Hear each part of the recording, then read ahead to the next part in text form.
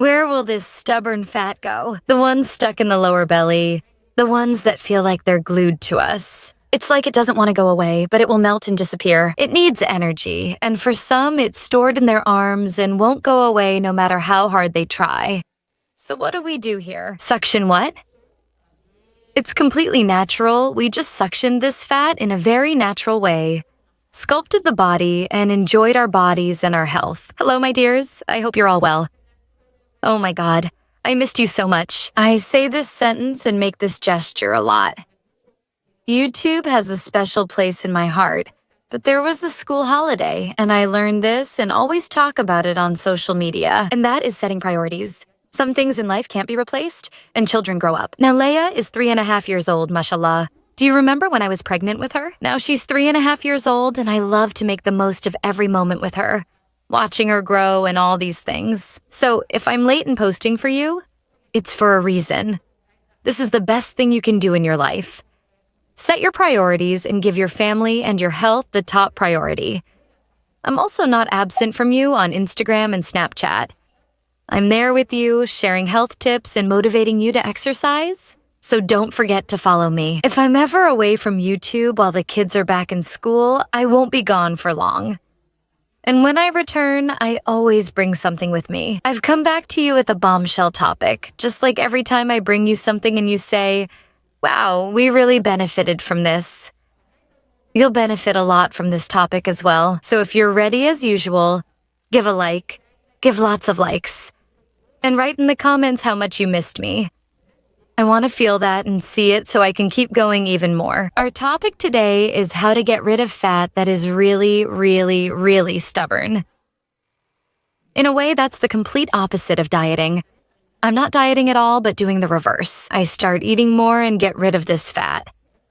By the way, this is the method I use with my subscribers in the Be Fit program for weight loss and body toning. I increase their calories in a healthy way, and in a way that helps boost metabolism so the body keeps burning fat, especially to get rid of this stubborn fat. And we eat more. How wonderful is it to eat without fear? Do you realize that we can eat comfortably and make peace with food without gaining weight? On the contrary, our bodies actually start burning more. Where's the problem? Most of us have a bad history with dieting. Write to me in the comments if you have this bad history.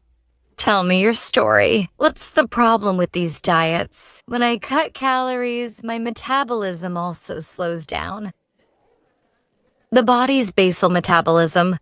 Let's say, for example, my body burns about 1,500 calories daily, even at rest or while sleeping.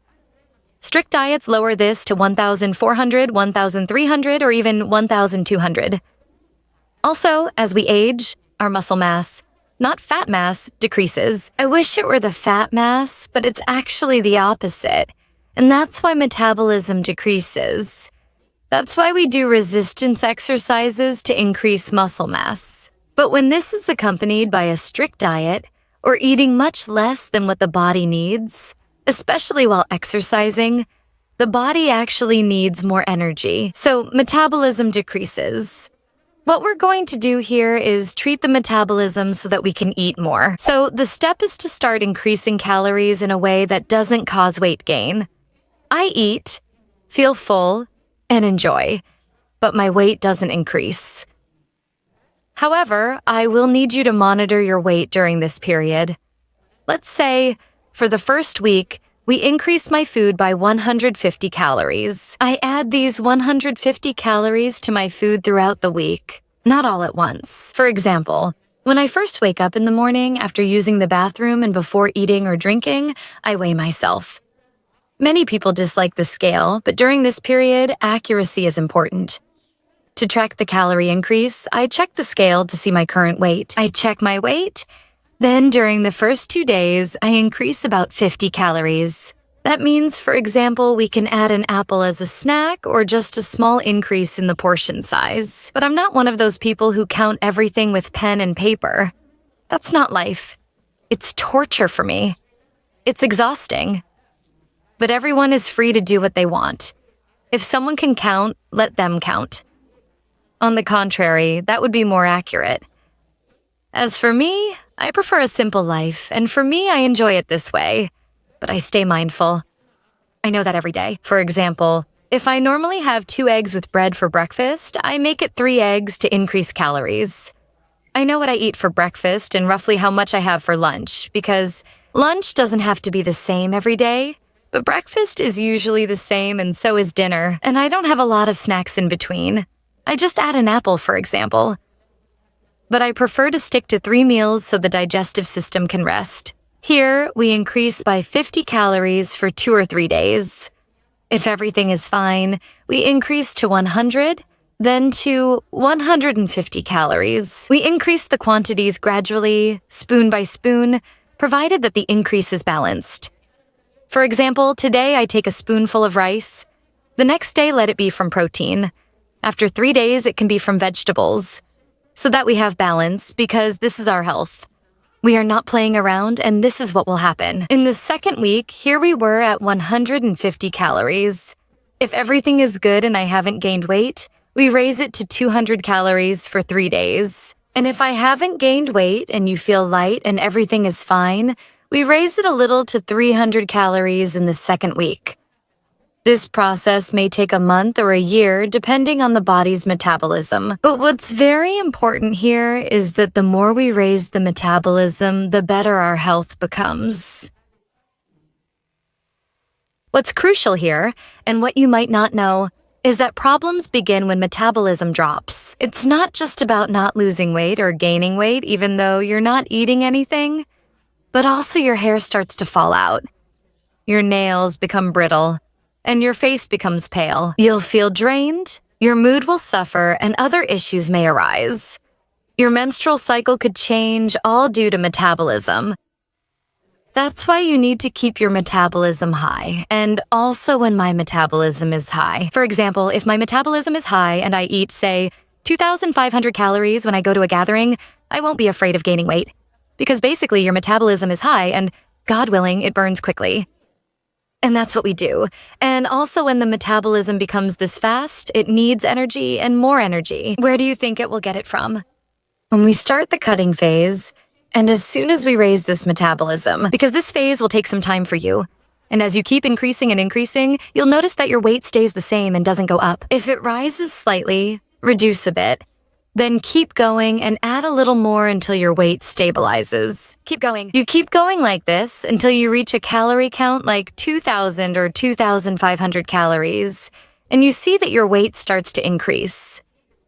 Even if you reduce a small amount or reach a complete plateau, this means that this is your body's metabolism, and everything has stabilized and you can't increase any further. Here, we maintain this level for 1 to 3 months until the metabolism stabilizes. The body adapts to burning 2,000 to 2,500 calories daily, even without exercise or extra effort. But if the goal is to lose weight, we stick to these calories, but we add exercise because it will burn more so we can slim down. And what will also happen at this stage when we complete these 3 months of maintenance? Here, the metabolism starts working again. And here we can start the cutting phase, and here we begin to reduce the calories. Gradually. It's not about depriving ourselves like eating 2,000 and suddenly dropping to 1,000 or 1,500. No. We want to reduce these 500 calories, but gradually and mindfully.